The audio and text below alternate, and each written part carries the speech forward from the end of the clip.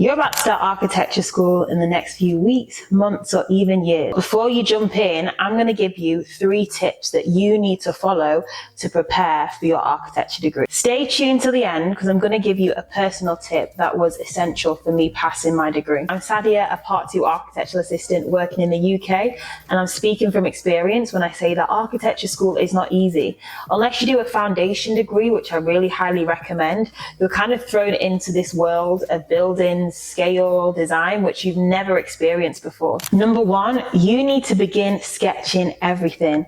In architecture, our language is drawings. So yes, you don't have to be amazing or the next Van Gogh. You do need to be able to communicate your ideas through hand drawings. Before you start your degree or in the early stages, look around you, look around your city, pick a building that you're interested in and go there and stand there for about 20 minutes and sketch what that elevation looks like. Where do the windows sit in the building? How is the brickwork stacked on top of each other? What sort of materials are they even using? Draw that as well as you can on a little sketchbook, and then a week later or a day later, go and try and draw another type of building, or stand in front of your own house and try and sketch out where your roof sits in comparison to where the windows are, in comparison to where the doors are. The more that you draw, the more familiar you become with what certain components and items look like in real life, such as the gutters that carry your rainwater, the different types of paving for when cars park up, even the different types of recesses that you can have for windowsills. This will make your life so much more easy when you start drawing up proper plans and elevations and even move into working on software. You need to become familiar with how the architecture around you actually looks. I practice what I preach. This is a drawing that I did in work not too long ago to help win a project bid, and I basically went on Google, looked at all the existing buildings in the city, printed it out, and then started sketching on top my versions of it. So you can see that I'm literally just taking existing properties and then drawing in my interpretations, and I think that gets you familiar with the way different buildings look. You've got period buildings, university buildings, little shop fronts, a theatre building, a stadium over there.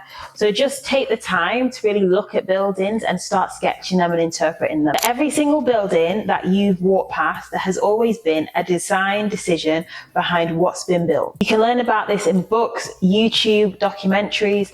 I love reading architecture magazines because it's got the latest buildings, especially in the UK, and I feel like the precedents are always so beautifully done. At your university library, there'll definitely be books on architecture and famous architects, and even in public libraries, they're always stocked with different types of building books. I'm going to give you 4 architects that I think are the building blocks of good design, and you need to go and research them, their design thinking, why they build the way they build, why they use the forms that they use. And I'm going to say number 1 is Tadao Ando, all about minimalism, peaceful, calming feelings.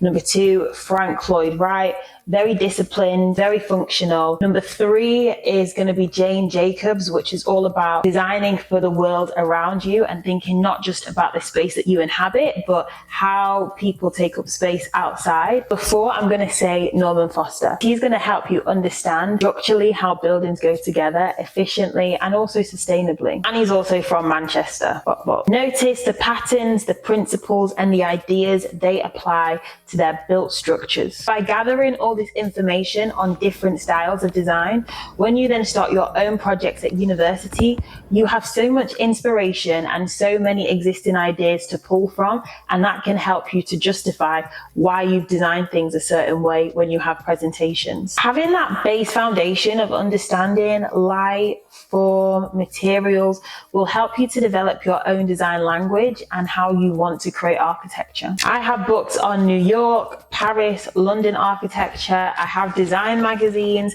material magazines. I never get bored of reading. Number 3, learn to explain your ideas clearly. Just a pre-warning, in architecture school, you tend to do presentations or crits to maybe 10 to 30 people every couple of weeks. So you better get used to showing your work and being able to defend your work. You have to explain your ideas clearly, the same way that I'm doing it now. For example, this sketch clearly shows different ideas and different iterations of a building type on the same piece of land. In architecture school, it's not enough just to have a pretty floor plan or a nice sketch. Every line that you draw has to make sense to somebody else. Whether it's your tutor in a crit, whether it's your friends when you're trying to resolve a difficult design, or even when you're interviewing for a job role and you've got to explain your projects to proper professionals. After you've done a sketch of what your house looks like from the outside, go and present that in a formal way to your sister, your mum, your friend.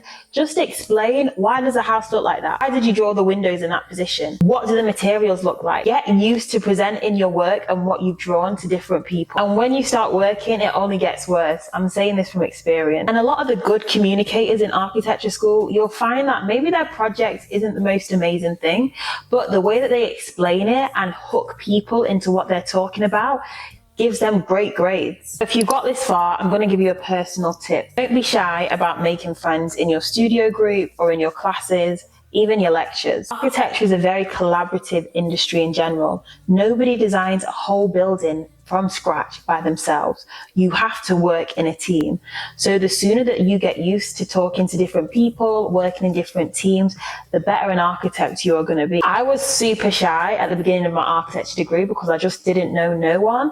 But after a couple of months, I found my people and I'm still friends with them till this day. Without them, I definitely would not have graduated architecture school with a 2-1 because we were all helping each other through the late nights, through the deadlines, through the site visits, through the sketching. Architecture school is a team sport, so please don't try and go at it alone. I've also created a free PDF guide for all the things you need to know when starting architecture school, everything that we've talked about today in step by step. If you want it, just click the link in my bio and you can download it for free. But these are my 3 tips for starting architecture school. Focus on drawings, understanding your design, being able to communicate your work to other people, and building a support network. Comment down below what you are most excited for about architecture school. Thank you so much for watching. I'll see you guys in my next video.